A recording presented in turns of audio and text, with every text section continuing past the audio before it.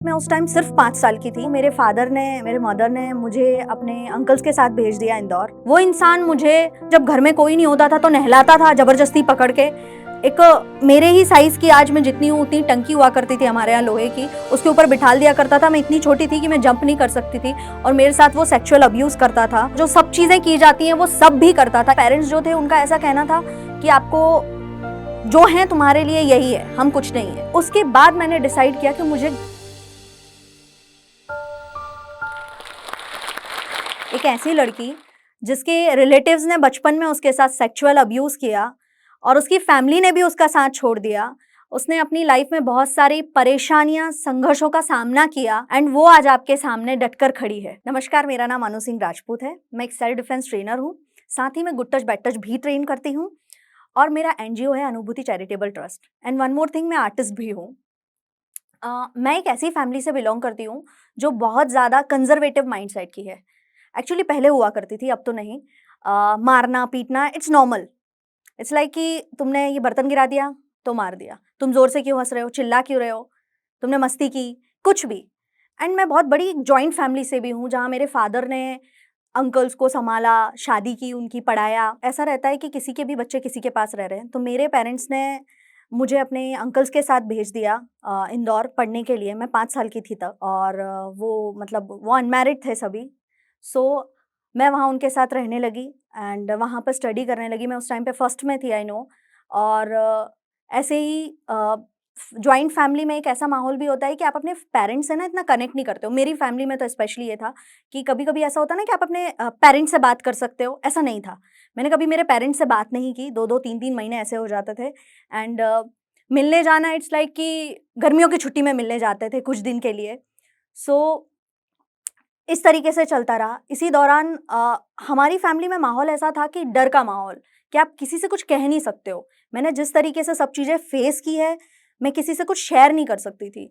आने वाले टाइम पे जो भी मेरे साथ हो रहा था, वो मेरी हिम्मत ही नहीं थी मैं किसी को शेयर करूँ, बिकॉज़ ऑफ मुझे नहीं बताया गया था कि ये बैड टच है। मैं मेरे अंकल्स के साथ रहती थी और उस टाइम पे मेरे एक जो रिलेटिव थे वो रूम लेकर बाहर रहते थे और वो मुझे एवरी वीक में 2-3 टाइम्स अपने रूम पर ले जाते थे और मेरा सेक्सुअल अब्यूज़ करते थे। मैं उस टाइम सिर्फ़ 5 साल की थी, मुझे सब कुछ याद है बहुत अच्छे से। देन ऐसे ही चलता रहा। इस चीज़ का फ़ायदा पड़ोसियों ने भी उठाया, नेबर्स ने, कि मैं स्कूल से घर आती थी तो कोई आस-पास, घर में चाचू लोग रहते नहीं थे। सो घर लॉक रहता था, मैं चाबी लेती थी नेबर्स से, घर ओपन ओपन करती थी और इस चीज़ का फ़ायदा नेबर्स भी उठाते थे। ये कुछ टाइम तक चला, देन उसके बाद और ये मुझे नहीं पता था मेरे साथ गलत हो रहा है, ना ही मेरे पास कोई वहाँ फीमेल थी जिससे मैं ये चीज़ें शेयर कर सकूँ कि मेरे साथ ऐसा हो रहा है। सो आफ्टर सम टाइम एक और बड़ा इंसिडेंस हुआ जब मेरे ही अंकल के एक फ्रेंड, वो हमारे यहाँ आकर खाना बनाते थे, खाते थे और उन्होंने मुझे ज़्यादा डरा के रखा था इस चीज़ को लेकर कि तुम्हें किसी को कुछ नहीं बताना है, जो भी मैं तुम्हारे साथ कर रहा हूँ। तो वो मेरे साथ उन्होंने करीब 2 साल तक अ, मुझे वो नहलाते थे। इतनी हाइट की एक टंकी होती है, उस पर मुझे बिठाल दिया करते थे और मैं उससे उतर नहीं पाती थी, जस्ट बिकॉज़ ऑफ मैं बहुत छोटी थी। सो मुझे पेन होता था और उन्होंने मुझे इस बात के लिए डरा के रखा था कि अगर तुमने चाचा को शेयर किया, बताया तो वो तुम्हें ही मारेंगे। ये सिलसिला 6 साल तक चला मेरे साथ। आफ्टर दिस शादी हो गई अंकल की और सब कुछ नॉर्मल होने लगा। मुझे ऐसा लगा कि ठीक है, ये पास था, मैं कभी ना कभी किसी को बताऊँगी ज़रूर कि मैंने क्या फेस किया है, क्योंकि उसके बाद मैं ना एक डरी-सहमी लड़की रहने लगी कि कहते हैं ना कि किसी से कुछ शेयर नहीं करना, किसी को कुछ बताना नहीं। उस टाइम पे एक थॉट ये भी आता था दिमाग में कि इतनी छोटी उम्र में ये सब हुआ है, तो शायद इसमें मेरी ही गलती है। ये थॉट आया कई बार, उस वजह से भी मैं चुप रहती थी। पेरेंट्स से इतना बॉन्डिंग था नहीं कि उनसे आप कुछ शेयर कर सकते हो। अ, फैमिली में इस तरीके का माहौल था कि आपने अगर कुछ भी किया तो आपको मार देते थे, छोटी-सी चीज़। एंड जब मैं 9th में थी, तो मेरे एक रिलेटिव ने और मुझ पर ट्राई की ये सेम चीज़। उस दौरान बीच में मैं 6 टू 9 तक ये चीज़ें कहीं न कहीं मैं उसे भूल रही थी कि जो हुआ उसको अभी मैं आगे किसी को बताऊँगी, पर इतना ज़्यादा प्रेशर नहीं था। बट वो 9th में जब वो दोबारा एक रिलेटिव ने मुझ पर दोबारा ये चीज़ ट्राई करी और जो भी पास था वो सब वापस आ गया मेरे सामने। एंड उस टाइम पर मैंने सुसाइड अटेम्प्ट ट्राई किए एंड काफ़ी सारी चीज़ें ट्राई की कि मुझे अभी मैं क्या कर सकती हूँ इस चीज़ से बाहर निकलने के लिए। तो मैंने डायरी भी लिखना शुरू करी एक्चुअली, कि मैं डायरी लिखती थी कि मेरे साथ ये हुआ। मैं जितना हो सकता था घर से बाहर रहती थी। मैंने स्टार्ट किया, मैंने बॉक्सिंग क्लासेस स्टार्ट किए, मैंने अ, स जिम स्टार्ट कर दिया, मैंने डांस क्लास स्टार्ट कर दिया, मैंने कोचिंग्स स्टार्ट कर दी कि मैं जितना हो सके घर से बाहर रहूँ। बिकॉज़ ऑफ उस दौरान 4 से 5 साल के टाइम पर मेरे साथ 2-3 बार 2-3 लोगों ने ऐसा ट्राई किया जो मेरे खुद के घर के थे, और वो चीज़ मैंने उनसे एक्सपेक्ट नहीं की थी, क्योंकि मैं जो डायरी लिखती थी वही डायरी मेरे एक रिलेटिव ने देख ली और उन्होंने मुझे बोला कि तुमने मुझे क्यों नहीं बताया? वो बहुत अच्छे बने मेरे सामने उस वक़्त, कि तुम अगर मुझे बताती तो मैं तुम्हारा साथ देता, रोए वो। बट उस दौरान मुझसे उन्होंने एक प्रॉमिस लिया कि तुम ना कभी डायरी नहीं लिखोगे अब। मैंने बोला ठीक है, नहीं लिखूँगी, अगर आप मेरे साथ दे रहे हो, आप पे मैं ट्रस्ट कर सकती हूँ, नहीं लिखूँगी। ये करीब 6-7 महीने चला, देन उन्होंने ही मुझ पे एक रात वापस से ये चीज़ ट्राई करी, और मैं शॉक्ड थी उस टाइम पे कि कोई इंसान पे मैं इतना ट्रस्ट कर रही हूँ और वो बता भी रहा है कि मैं तुम मुझ पे ट्रस्ट कर सकती हो, तुम मेरी बेटी की तरह हो, और वही इंसान मुझ पर आधी रात में आके ट्राई कर रहा है, और वही इंसान को मैं धक्का दे रही हूँ। उस वक़्त मैंने पहली बार आवाज़ उठाई थी, मैंने उसे पुश किया था पीछे, एंड आई सेड कि अगर तुम यहाँ से नहीं गए तो मैं चिल्लाऊँगी, फैमिली मेंबर्स सब आ जाएँगे। एंड वो चला गया, एंड उसने मुझे व्हाट्सएप पे मैसेज किया कि मैं तो तुम्हें चेक कर रहा था। Please pause.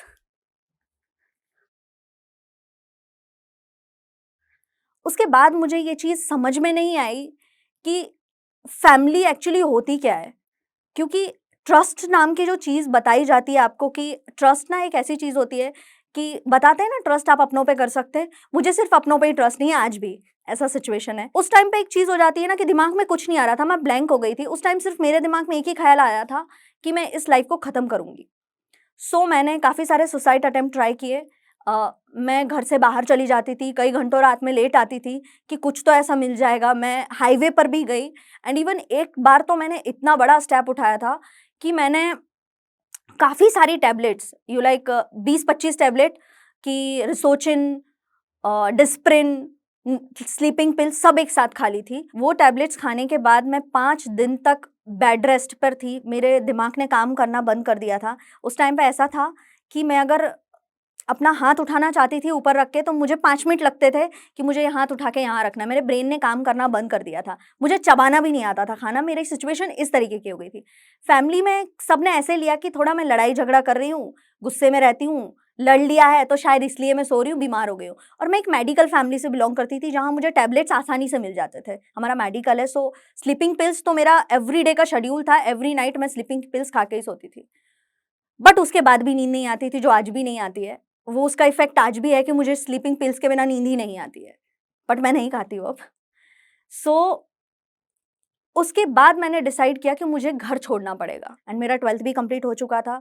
तो मेरे फ्रेंड्स ने मुझे ये सलाह दी कि अनु तू बाहर जा, बॉक्सिंग कर, इस फील्ड में तुझे वैसे भी इंटरेस्ट है। तो मैंने अपनी फैमिली को 1 साल तक कन्विंस किया कि मैं बाहर जाके ट्रेनिंग ले सकती हूँ। तो उन्होंने बहुत ही उम, छोटे मन से और ऐसे करके कि हाँ, क्या ही कर लेगी 1 साल में। तो 1 साल की मोहलत दी और बोला हाँ, जा 1 साल में ट्रेनिंग कर लो, तुमको जो करना है, पर वापस आ जाना। बिकॉज़ ऑफ मैं मेरे परिवार में पहली लड़की थी जो बाहर जाने की बात कर रही हूँ, और वो भी इतने स्ट्रिक्ट माहौल में कि लड़कियाँ वहाँ हँसना भी है तो सोच समझ के हँसें। सो पेरेंट्स ने हाँ बोला, मैं वडोदरा शिफ्ट हुई, एंड वडोदरा वडोदरा शिफ्ट होने के बाद मैंने क्लासेस जॉइन करी। मैंने 1 डेढ़ महीने क्लास किया, मैंने स्टेट में मेडल लिया, नेशनल्स में मेडल लिए। देन उसके बाद मैंने मेरी फैमिली को वापस कन्विंस किया इस चीज़ के लिए कि मुझे एडवांस ट्रेनिंग के लिए आसाम जाना है। काफ़ी मनाने के बाद उन्होंने मेरी इस बात को एग्री किया और उन्होंने मुझे आसाम भेजा। मैंने आसाम में एडवांस ट्रेनिंग की, वहाँ पे 6 से 7-7 घंटे हमारी ट्रेनिंग चलती थी, और इस दौरान मेरे दिमाग में एक चीज़ क्लियर हो चुकी थी कि जो भी मेरे साथ हुआ है वो मैं किसी और के साथ नहीं होने दूँगी। जब मैं ट्रेनिंग सेशन के बाद आसाम से रिटर्न वडोदरा आई, तो मेरी फैमिली ने मुझे सपोर्ट करना बंद कर दिया। बिकॉज़ ऑफ एक रहते हैं ना कंज़र्वेटिव माइंडसेट के लोग कि अब बहुत ज़्यादा घूम लिया, उनके हिसाब से तो मैं घूम रही थी कि मैंने बहुत घूम लिया है, अब वापस आ जाओ घर, बहुत हो गया है। सो मैं बहुत ज़्यादा एक तरीके से ऐसा हो गया था कि अब तो मुझे घर जाना पड़ेगा, अब तो कुछ नहीं है, हो गया जितना होना था। बट उसी दौरान मेरी लाइफ़ में एक लड़का आया, जिसने मुझे बहुत सपोर्ट किया, फाइनेंशियली भी, मेंटली भी। मैंने उनको पहली मुलाकात में, दूसरी मुलाकात में मेरा पास्ट पूरा बता दिया था और उन्होंने जिस तरीके से मेरे सामने एक इमेज रखी लड़कों की, वो मैंने मेरी बचपन से लेके अभी तक नहीं देखी थी कि एक लड़का, एक आदमी इस तरीके से भी हो सकता है, एक फीमेल को ऐसे ट्रीट भी किया जा सकता था। मुझे ये कुछ नहीं पता था कि एक फीमेल को आप बहुत पोलाइटली बात भी कर सकते हैं, उससे प्यार से भी बात की जा सकती है, ये मुझे कभी नहीं पता था। बिकॉज़ ऑफ मैं जैसी फैमिली से बिलॉन्ग करती हूँ, वहाँ हमें एक रहता ना रिस्पेक्ट से बात नहीं करते। वहाँ आई नो हमारे कल्चर में पैर छूना है लड़कियों का, पर वो सिर्फ़ पैर छूना है, बात करने में रस नहीं है, वो उनका तरीका नहीं है बात करने कि प्यार से भी ट्रीट कर सकते हैं। वो उस लड़के ने मुझे बताया कि वुमेन्स को ट्रीट कैसे किया जाता है, उन्हें प्यार से कैसे रखा जाता है। एंड उन्होंने मेरा जो एक गोल था, self defence, good touch, bad touch, इस पर बहुत ज़्यादा मेरा साथ दिया, आज भी दे रहे हैं। मैं जब फैमिली से निकली थी उस टाइम पर मेरे दिमाग में एक चीज़ क्लियर थी कि मुझे यहाँ से सिर्फ़ भागना है, निकलना है, किसी भी तरीके से इस माहौल से। मुझे ये नहीं था कि मेरा कोई गोल है या मुझे कुछ लोगों के लिए कुछ करना है। बट जैसे ही मैं फैमिली से निकली, आसाम से ट्रेनिंग लेकर आई, उसके बाद मुझे वो जो इंसान मिले, उसके बाद मेरा गोल एक सेट हुआ कि मुझे एक्चुअली इस चीज़ के लिए आवाज़ उठानी है। मुझे self defence, good touch, bad touch train करना है।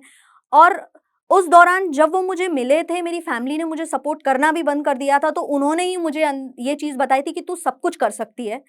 तू तू ट्रेन भी कर सकती है लोगों को, तू एवरीथिंग, तू पैसा भी कमा सकती है, तुझ में जितना टैलेंट है सब निकाल दे इस वक़्त। एंड उसके बाद मैंने पेंटिंग्स स्टार्ट करी, मैंने पेंट करना स्टार्ट करा, जो मुझे बचपन में बहुत शौक हुआ करता था। मेरी पेंटिंग काफ़ी अच्छी सेल होने लगी all over India, out of country. And साथ ही साथ मैंने self defence, good touch, bad touch के सेशंस लेने भी स्टार्ट करे और उसमें मुझे काफ़ी सपोर्ट मिला। मुझे लोगों का जिस तरीके से सपोर्ट मिला, मैं जिस तरीके से लोगों को ट्रेन करती थी, वो एक तरीके से मुझसे कनेक्ट कर पाते थे और उसके बाद मेरा जो कॉन्फिडेंस बढ़ा कि लोग मुझे पसंद कर रहे हैं, समझ पा रहे हैं कि मैं क्या बोलना चाहती हूँ। उसके बाद मेरा एक एम बन गया, एक कि मुझे मेरे साथ जो भी हुआ है बचपन में, वो किसी के साथ नहीं होना चाहिए।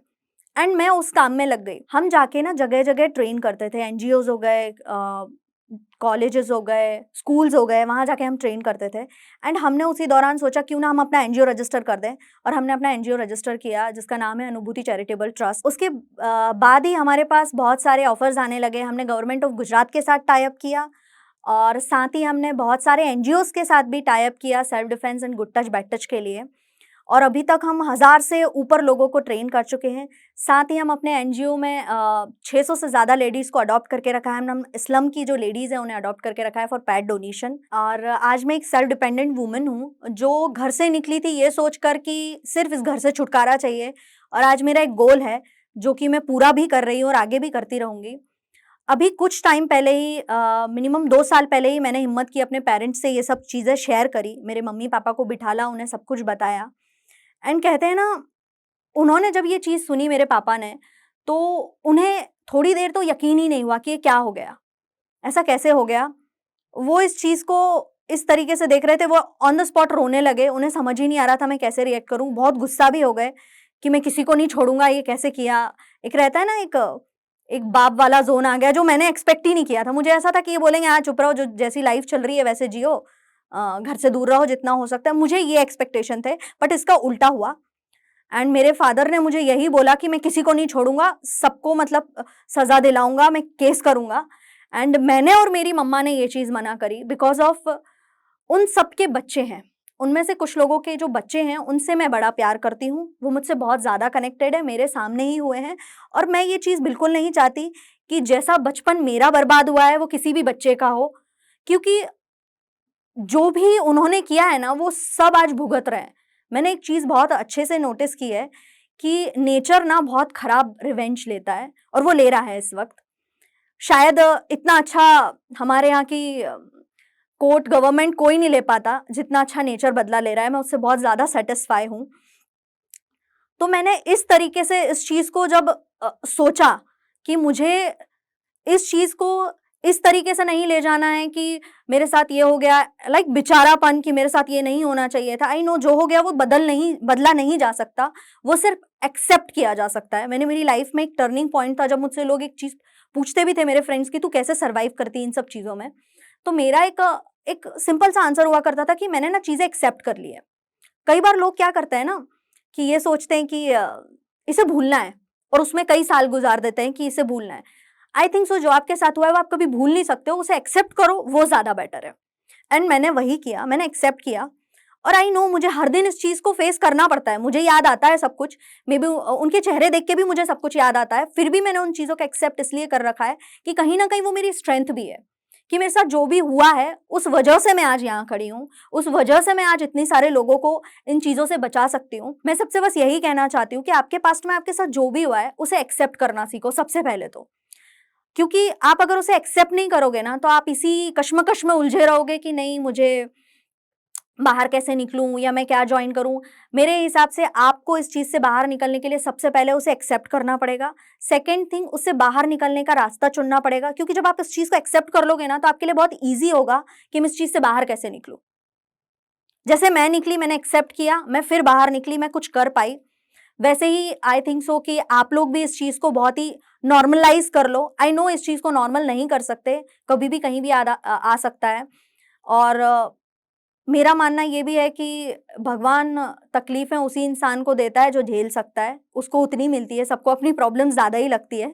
मुझे भी लगती है मेरी, पर मैं जब किसी के हाथ नहीं होते हैं ना, तो उसको सोचती हूँ कि मुझसे ज़्यादा इसकी है आई थिंक। तो मैंने दुनिया को अलग नज़रिए से देखना शुरू कर दिया और मेरे लिए बहुत ईज़ी हो गया। एंड लास्ट जोश टॉक का थैंक यू बोलना चाहूँगी जिन्होंने मुझे ये प्लेटफ़ॉर्म दिया, जिसके थ्रू मैं अपनी पूरी स्टोरी आपके सामने रख सकती हूँ।